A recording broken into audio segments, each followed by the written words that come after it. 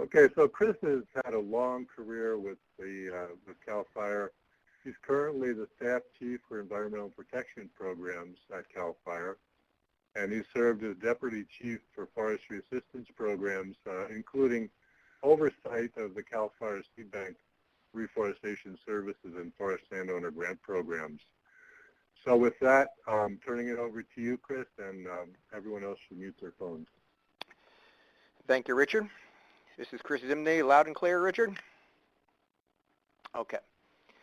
Well, good morning. Sounds good to me. Thank you. Thank you. I'll take over from there then. Thank you very much, and good morning to everyone, and thanks for taking the time, and of course, thanks to the UC Cooperative Extension and Richard for hosting these webinar series. I think these are really some interesting topics and really relevant, particularly the reforestation aspects, given you know, the ongoing situations we've had in the states for at least to cover many, many years of my career due to catastrophic fire and other events that are ongoing in California. So reforestation is a real important part of CAL FIRE's mission, and I'm happy to talk about it today. As Richard mentioned, I am primarily out of the field now. In my stage of the career, I am a staff chief, which means an administrative position at headquarters in Sacramento. And as Richard mentioned in one of my previous roles with CAL FIRE, the LA Moran Reforestation Center, which is essentially our seed bank in Davis, California, is one of the programs that I've had the pleasure to help administer and keep afloat in a sense. CAL FIRE has had a long history in the reforestation business, going back to the days when we actually produced seedlings, grew seedlings on site at a couple of our centers, one in Davis and one in Magalia. And part of our messages today will be that you know, those services are long gone, and so we have some options.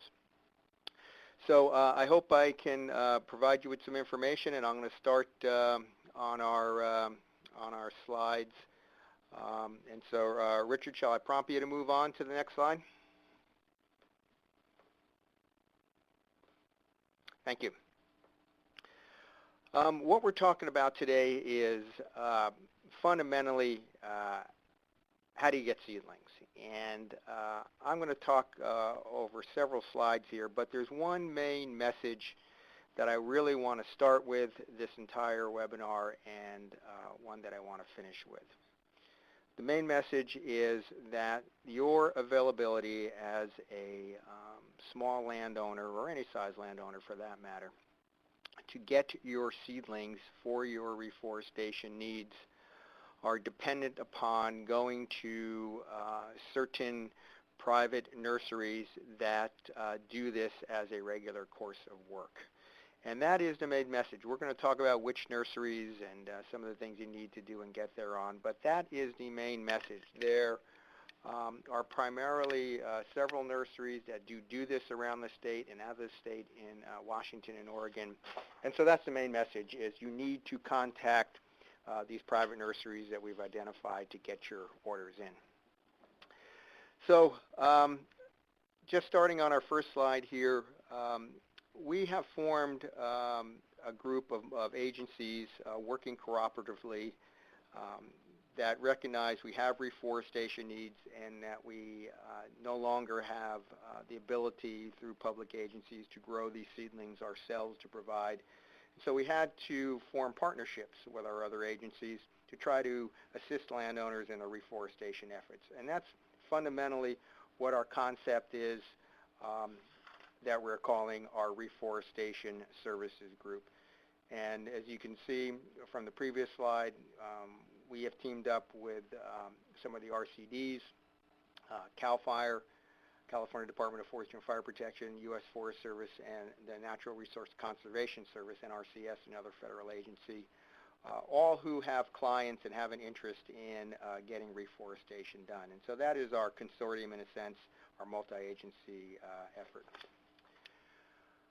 Next slide, please. So I just wanted to go over the current situation. We think that there is a shortage of conifer seedlings available to particularly small landowners because many of the existing seed banks that provided seed and nurseries that provided seed, such as CAL FIRE's, has closed and no longer provide that niche. There are nurseries in California. The large landowners, large forest products, industrial landowners have the means to order hundreds of thousands of seedlings a year, large commercial orders, and they're pretty much are able to take care of themselves. But it's a small, private, non-industrial forest landowner that we're particularly concerned about, who need a limited number of seeds for their 5 or 10 or 40 or 100 or 500 acres. Those are our target audience that we're talking to here. Also, not only did we close our state nurseries, the funding limitations just through normal budget contraction in state government has really affected our ability to continue to collect and store and maintain our conifer seed bank. It's still functional, it's still there in Davis, and I'm happy to report that we're on an upswing and trying to improve that. But that's really where CAL FIRE is at right now, is continuing to maintain its seed collection, conifer seed collection and conifer seed bank. Okay, next slide. Again, in the current situation, our partners, NRCS, have identified that perhaps over 1 million seedlings are currently needed for a backlog of clients that they have. That covers 1 million seedlings, perhaps covers about 3,000 acres. So we know that there is a demand from some sensing we take from NRCS's grant clients that seedlings are needed. Some of their estimations going forward are that perhaps up to 700,000 seedlings are needed almost every season from client demand or ongoing fires. And finally, I note that when we make some assessments of long-term needs in California, looking at the private forest lands, our CAL FIRE Forest and Resource Assessment Program has estimated that maybe up to 3 million acres are understocked or needing reforestation, and as you can see, that's a rather large need that over time we'll be chipping away at. And one of the first steps is to get our seed bank fully operational and get a seedling situation for seedling production. Okay, next slide, please. You might have heard the term speculative growing. That basically means that growing seedlings with no particular client owning the rights to those seedlings. In the past, state and I believe federal nurseries of Forest Service have grown seedlings on spec, meaning we would estimate what our client needs could be, and we would grow advance of having a client. For example, our Magalia nursery would grow 2 to 3 million seedlings a year on speculation. Obviously, that has its pitfalls. Not only is it expensive, but often clients aren't available to purchase those seedlings, and thus it was a bust, and occasionally those seedlings were not used. So the speculative growing really doesn't occur anymore, where you can just go up and get some seedlings in any one given year without much planning. We'll talk about a couple opportunities here later on where you can get seedlings that might have been grown already that might meet your need, but we'll talk about that in a few minutes. So next slide, please. Oh, sorry, thank you. The California Reforestation Service. So we talked about previously, we engaged with several other partners to create this consortium and this network in a sense. And the idea is we all have current needs for seedlings for our clients or for our own public lands. And finding a way to get the job done, to get seedlings growing, identified, and get seed in the seed bank to support those seedlings was our major objective. Okay. Some of the things that CAL FIRE does with its reforestation service as part of the Reforestation Services network is to collect seed. Again, our seed bank at LA Moran Reforestation Center in Davis currently is nearly at capacity with about 30,000 pounds of seed from various seed zones. We are in the process of expanding that seed bank to nearly double its capacity, begin refurbishing equipment to take in cones and efficiently process them into seed that can be stored for uses such as selling to clients who need that seed. NRCS, RCDs, and CAL FIRE all have some connection to landowners who need these seedlings and who need reforestation experts. So one of the roles of CAL FIRE is that we have our forestry assistant advisors who are a regular CAL FIRE staff foresters who work in different regions throughout the state and can provide real good technical information about connecting landowners to seed and seedlings. And of course, the U.S. Forest Service has had a long-standing reforestation program with seedling nurseries, and still does. The U.S. Forest Service provides seedling production for primarily its own use at its Placerville, California center. Usually I will make a note when we may talk about this a bit more. The Forest Service, is my understanding, they do not directly sell to small landowners, but we are working among the partners to try to get access to their seedlings that might be used by private entities. So that's one of our work in process, is trying to get access to Forest Service seedlings. Okay. The RCDs. The RCDs we think are going to have been and will continue to be the resource conservation districts throughout California are an important focal point for our partnerships. They have technical advisors. They have landowners, good local relationships to landowners who want and can communicate at the local level about the reforestation needs.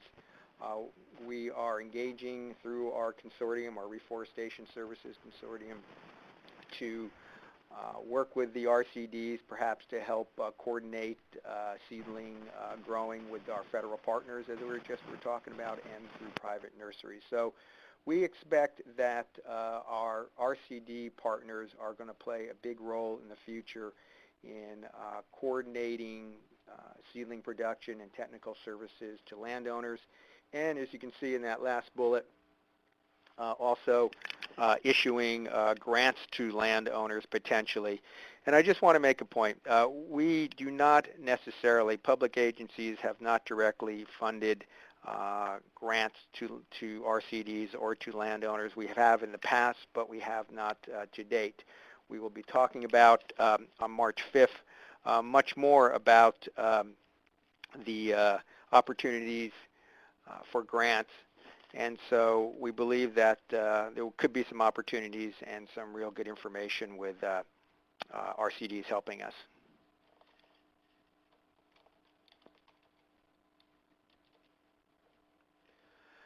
Okay, so let's talk about seed for a minute. As we've been talking about, CAL FIRE has a seed bank called the LA Moran Reforestation Center in Davis.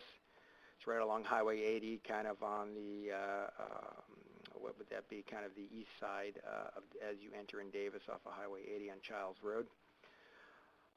Our seed bank manager, Terry Griffiths, she gave a webinar last week. Maybe some of you were on board for that. She is our expert in terms of acquiring seed, getting you the right specifications for seed, providing seed to private nurseries to help you get that seed grown. We do sell seed to clients who come to the nursery with an interest in having the right seed in the right location for their reforestation purposes.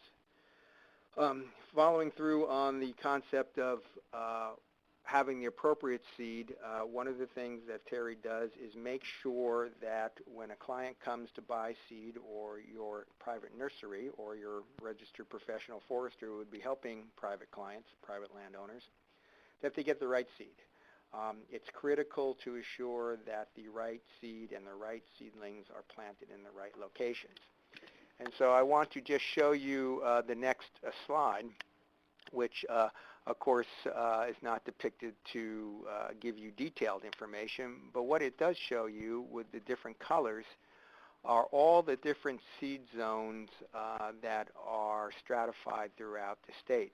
So, and what these seed zone means is that there are certain trees and certain species of trees that are intended to be planted and that from which we collect seed for, that ideally gets replanted in the area from where they came. So the goal is, if you're a landowner, is to make sure that your seed zone is identified for your grower and that you have the appropriate seed coming from the appropriate area for where you'll be planting. So a lot of seed zones. Okay, so the order seedling part. Again, this goes back to my main beginning message, and it will be the same ending message. The way for landowners to get their seedlings for their small needs is to place an order for the seedlings with our participating nurseries, and we'll talk about what participating means. They're simply just nurseries that have responded to our inquiry about growing small lots of trees. We've been talking about it's really important when one is ordering seed to make sure that the specifics about species and seed zone and elevation and quantity and date needed are specified and communicated to both the growers, the nurseries, and to the seed bank if you're ordering seed directly from the seed bank. It takes a while to grow the seedling, to sow it, to stratify it, to sow it, prepare the beds, get the seedling in the bed, and get it grown and get it delivered. So this is kind of the downside, in a sense, of our contract seedling place your order network. It takes time. Many clients who have experienced wildfire and complete deforestation of their land through fires, often it's a good forestry practice to try to get those seedlings back in the ground immediately before the brush takes over and the weather conditions are correct and that type of thing. But as you can see, with our existing circumstances of having to order seedlings, it can take over a year to get those seedlings grown before you can plant it, and we certainly recognize that that's not the most desirable situation. Okay.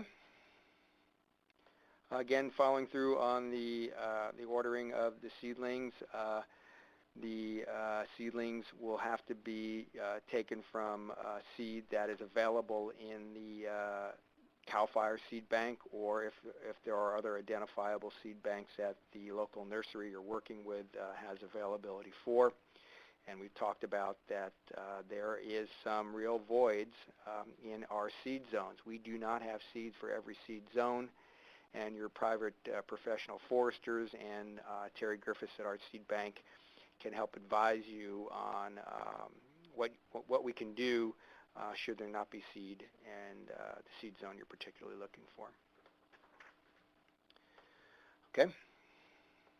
And so again, the main thing is that the landowner goes and orders to a private nursery, specifies the exact situation that they want, number of seeds, number of seedlings, types of seedlings. Typically, when anyone would go to a nursery, there would be a deposit required, and often that there would be a certain minimum amount that a particular nursery that we have on our list might only be able to handle. Okay. And the cost of the seed, when you go to a private nursery and talking to our partners, there may be a number of arrangements that can be made. When you go to your private nursery, they may work directly with CAL FIRE to get the seed and pass on the seed cost to you. In some situations, one landowner would purchase the seed directly from LA Moran Seed Bank, for example. costs per pound range from $140 to $485 a pound for seedlings. For example, ponderosa pine, a pound of seeds has about 3,000 seeds in it. So you would want to work with your private nursery in terms of how and who gets the seed, but the most key thing is making sure that that is coordinated and that the right seeds get to your nursery. Okay. The real gist of the message here that I think is our other real important message is that we have been in communications with all the nurseries that we could identify, and we have at least 6 now that can produce seedlings for private landowners on contract. We talked about that the seedlings and the nurseries that we've identified in the next slide here will have denoted whether they have met the U.S. Forest Service Region 5, which is California and the Pacific Islands contract standards for growing seedlings, which means certain size and specifications and tolerances and shoot-to-root ratios and all kinds of things like that that the nursery people understand. We provided that in the next slide, if you could, Richard or Susie, as part of the notes that we have in this slide for the nursery. So fundamentally, there's at least 6 nurseries that have communicated to us that they are willing to grow relatively small lots of seedling, and that's been kind of the issue. Is some of the larger nurseries, perhaps in the past, wouldn't want to grow such small orders just due to economies of scale, but we've identified another nurseries that will. Just going to make some brief commentary about these nurseries. Cal Forest Nursery is up in Etna, California, which is in Siskiyou County. They are one of the largest production conifer seedling nurseries in the state, if not the biggest. 10, 12 million seedlings a year. They're a very, very large operation. We are very pleased that they've accepted the invitation to, in their own minds, as they always have, to grow small lots of seedlings for landowners. So we know that they are a very high qualified nursery.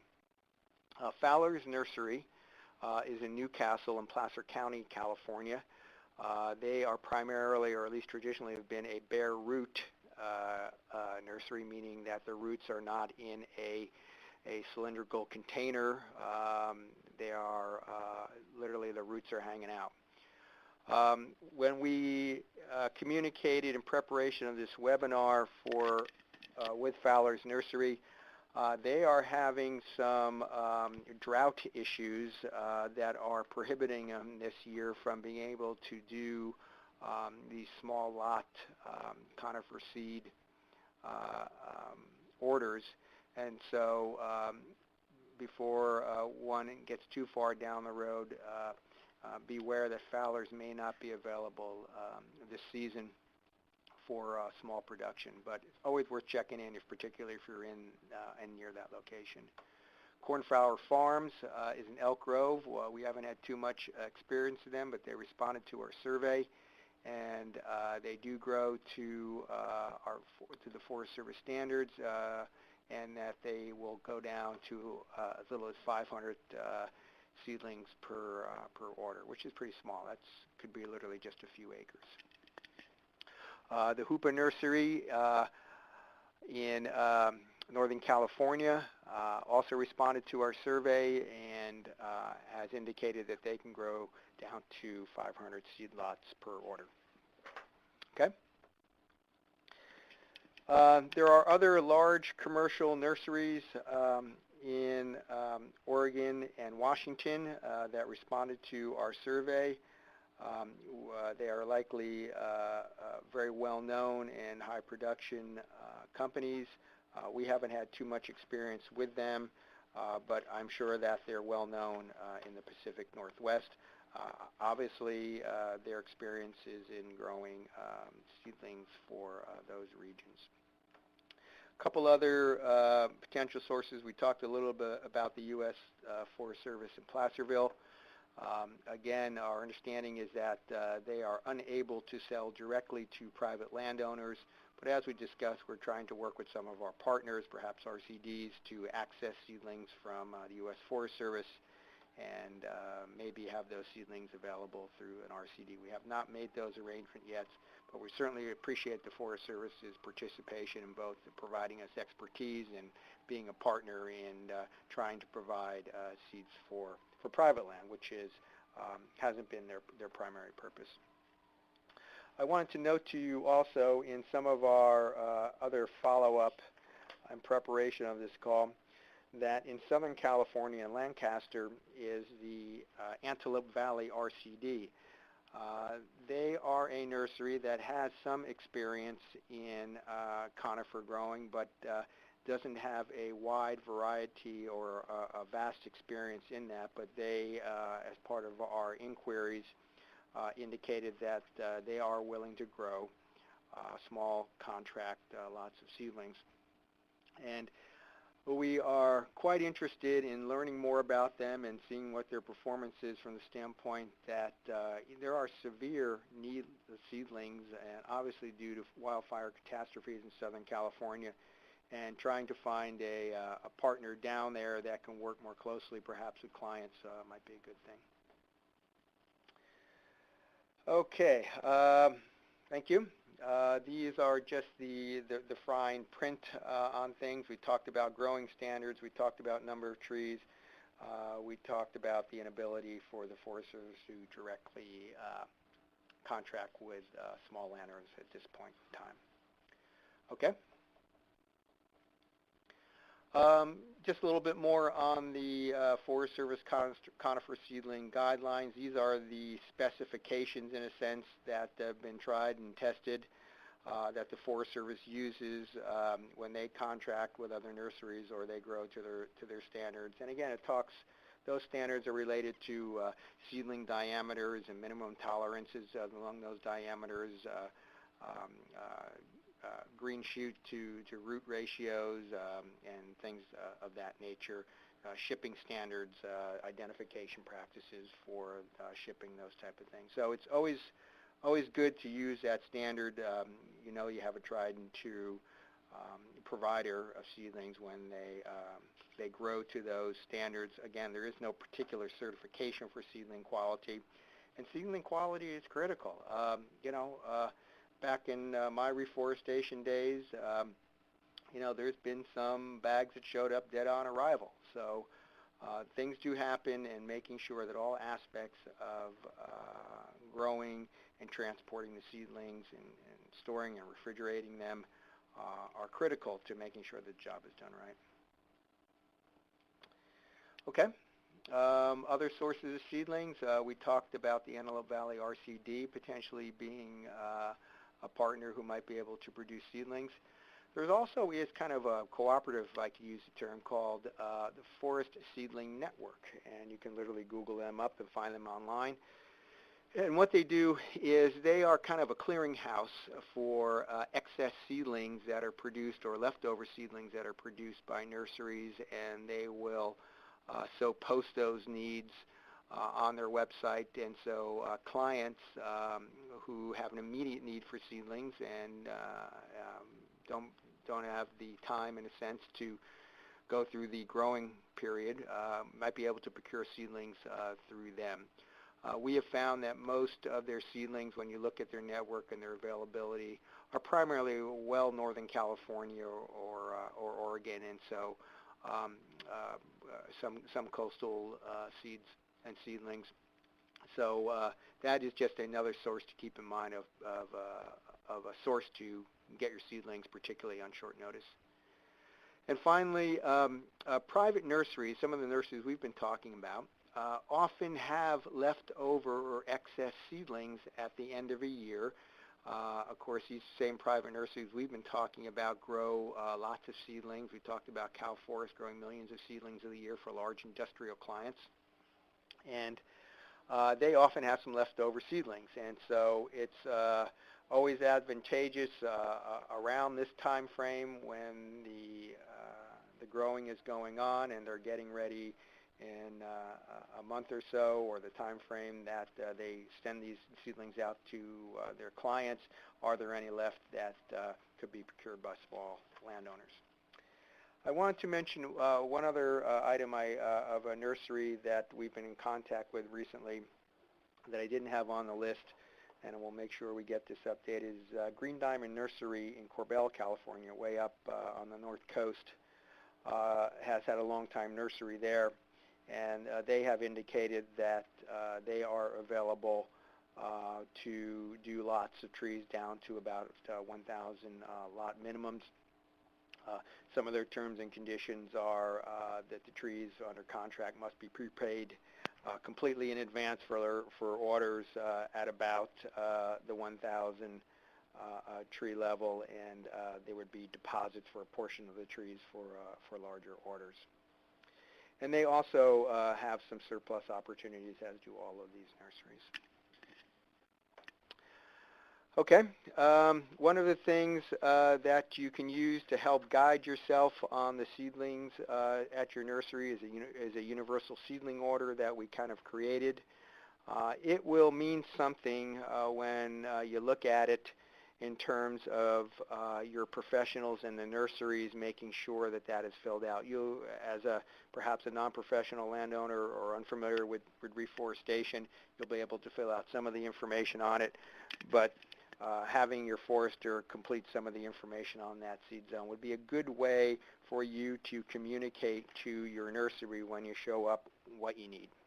Often the nurseries have their own forms and ordering forms and perhaps the same information, but it's a good way to collect your thoughts by using this form. And there's the form. It'll be available on these PowerPoints, and we will make sure that on any other associated websites that we have that ordering form just for your information. Okay. Again, lots of specifications when one is ordering their seeds. Bare root container, consulting with your forester and technical specialist on what's best for your situation is critical. Getting a registered professional forester involved in what your needs are, you know, with all this reforestation stuff, perhaps if you've seen in other webinars, it's a lot more than ordering a seedling and sticking it in the ground. There is lots of site preparation and timing and follow-up to make sure that that seedling that you've invested with stays alive and can outcompete other vegetation that will also be trying to naturally resprout in the area that you planted. Okay, and so I think we're at our summary, and fundamentally identify what kind of seedlings you need to be planted. Next is making sure that step 2 is making sure that you attempt at least to quantify your nursery order. That nursery order form helps you collect your thoughts, helps communicate the information you need between perhaps the seed bank, the nursery, your forester, who will be all helping you get the job done. Contracting with the nursery is the final step. Again, we've listed some for you. Our seed bank manager can help you fill in on any technical questions regarding this activity, and we think that you can get some help and get those seedlings grown. But again, our final message was through a contract with a private nursery at this point in time. Many other experts available. We talked about it in NRCS, our CAL FIRE Forestry Assistant Specialist.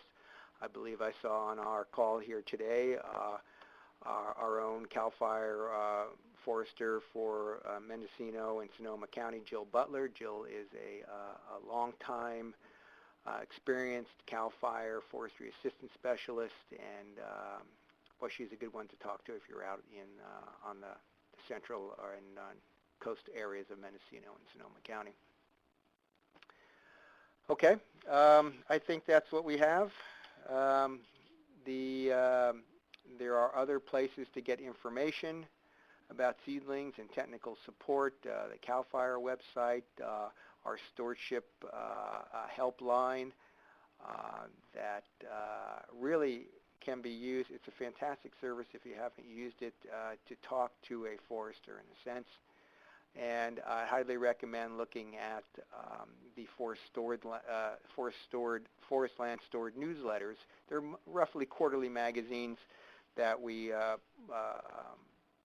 publish in partnership with CAL FIRE, the Forest Service, and other entities. And they cover a variety of topics that are really targeted for small forest landowners. They're really, really good, easy to read, I think well done, and a lot of information can be obtained from there. I think that's it. So thank you, Richard. Oh, that was great, Chris. A really good synopsis. And if we have any questions, please put them in the chat box, and we'll take a few minutes to address those. One thing I want to note to you all is that the resources link on the webinar webpage, and maybe Susie can put that, remind everybody about what that URL is. The resources link will have downloadable copies of these forms that Chris is alluding to, and also to a sort of a summary document that was prepared by Steve Jones and Steve Smith from NRCS that pretty much puts all of this ordering seedlings into written text form. So, and then this PowerPoint will also be available for downloading in the near future. So there's plenty of information in the resources link there for all of you to look at. Let me bring these questions in here. David Kelly is asking, can you provide any information on costs per seedlings? Just rule of thumb costs. I would say, Richard, would you like me to just jump in and answer these questions? Oh, yeah, absolutely. Okay, good. Thank you. You know, it varies. When we budget for them here, we budget for up to $1 per seedling. In the past, CAL FIRE has sold on our speculative basis back in the day, you know, or 5, 10 years ago at as little as 20 cents per seedling. So it will vary based on exactly what Mr. Kelly is referring to, bare root, potted. Usually the two types of seedlings that are most commonly used in the forest for, you know, relatively large-scale plantings are bare root, which have a much greater root system and capacity to collect water and a little more hardy, versus the container seedlings, which are much more easy to handle, produce, and plant. So those are the two typical types of conifer seedling that you would typically get for forest uses, and they will of course vary by the type of size that you order and type of species. David Kelly's also asking, are these seedlings suitable for windbreak plantings? I wouldn't see any reason why not. Would you? Well, you know, I'm certainly not a windbreak expert.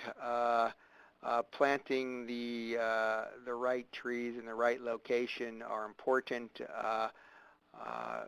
When we are talking primarily here about the uses of these types of conifer seedlings and the reforestation efforts we're talking about, we're probably more focusing on reforesting a forest, meaning not just for a particular windbreak.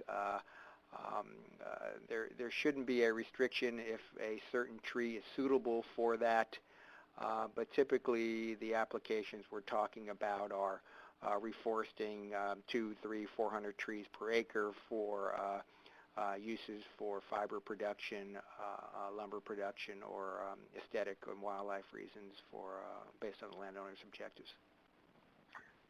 Sizes, diameter of seedlings in general. I think diameter is not necessarily the proper parameter to talk about when you talk about the seedlings that we're. What would you say is more proper? Is it the well, I think that's yeah. There's a number when we talk about the U.S. Forest Service conifer seedling guidelines. One of the guidelines is the diameter at the transition between the green needles and the stem, in a sense, and 3 millimeters is a typical standard, and I am trying to see if that is a bare root or container type of seedling. But looking at some of their specifications, they talk diameter 3 millimeters, top height 10 centimeters. Tolerances for diameters would be, no less than a half a millimeter or below 3 millimeters, and a maximum up to 7 millimeters inside. It gives certain specifications for root length. This is presuming bare root, I guess, of 20.5 to 26 centimeters for the root length. So, and there's very detailed places where one would take those measurements in terms of the specifications. And I think in that one publication, Richard, that you have posted as part of this effort had these U.S. Forest Service conifer seedling guideline specifications in them. Yeah, it does. It definitely, people can access that, download it, and take a look at it. The concept of diameter and height of seedlings is, people might be a little astonished when you say 3 millimeters, but that's only because they're used to, larger planting stock. Many people are used to larger planting stock. Seed gathering, who does it? Oh, well, Terry talked about that. Yeah, I guess, yeah. Yep. We get our seed for the state seed bank through a number of arrangements. We hire contractors. These are all seedling contractors there are companies and contractors who literally climb the trees and pick the cones, and large industrial landowners either pick them themselves or hire contractors. We often barter with them to, hey, we'll process your seed your cones if you give us some of the seed. And of course, we also work with the U.S. Forest Service when they are doing seed collection with other types of arrangements to access their seed crops for some of the unique zones that they get into. People that are interested in gathering seed should just simply contact Terry Griffiths. Yeah, absolutely. I mean, it's an art. Get it before the squirrels do, right? Is the seed viable? The time of when you gather it is critical. Not all seed that comes out of the cone is viable.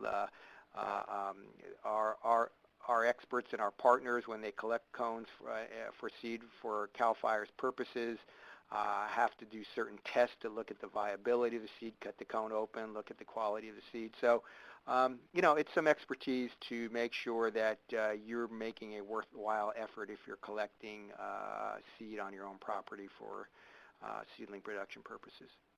And David, if you didn't see Terry's presentation, go into this in great detail, you might want to go to the webinar website and look at the archived presentations, because she definitely goes into that in great detail.